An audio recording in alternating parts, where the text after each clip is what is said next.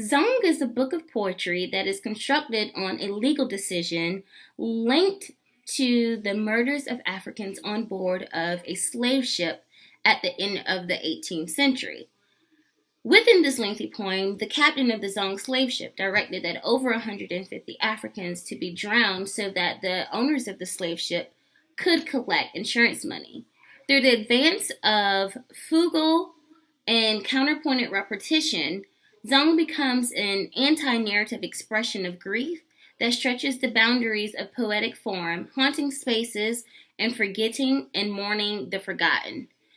Our thesis statement is that the faded text and growing number of layered words shows that the past can be open to interpretation and signifies the struggle with history fading as time goes on. So, the overlaid words in Abora, the final chapter of Zong, represent the author's frustration with not telling the story that must be told. Philip is struggling to tell the story as the legal documents depict it with an objective point of view. She overlays the word murder because at the time, the deliberate drowning of 150 slaves was not murder, but merely the disposition of property in a time of emergency to ensure preservation of the rest of the cargo and crew. Philip wants the reader to form his or her own interpretation, so she jumbles words on top of her opinion of murder.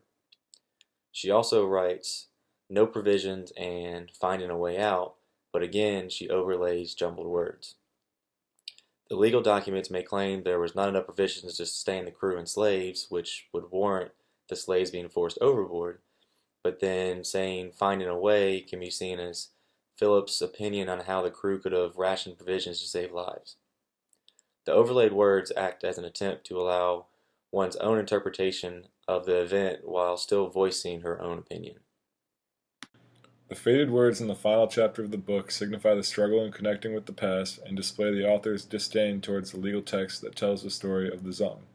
This is due to legal documents being the only record of the event and the words that she uses in her poems.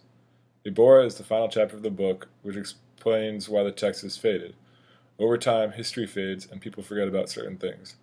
This is paralleled in the book as by the final chapter, the author's words are fading away, just as the history of the Zong massacre does. It basically surfaces feelings of erasure in the reader.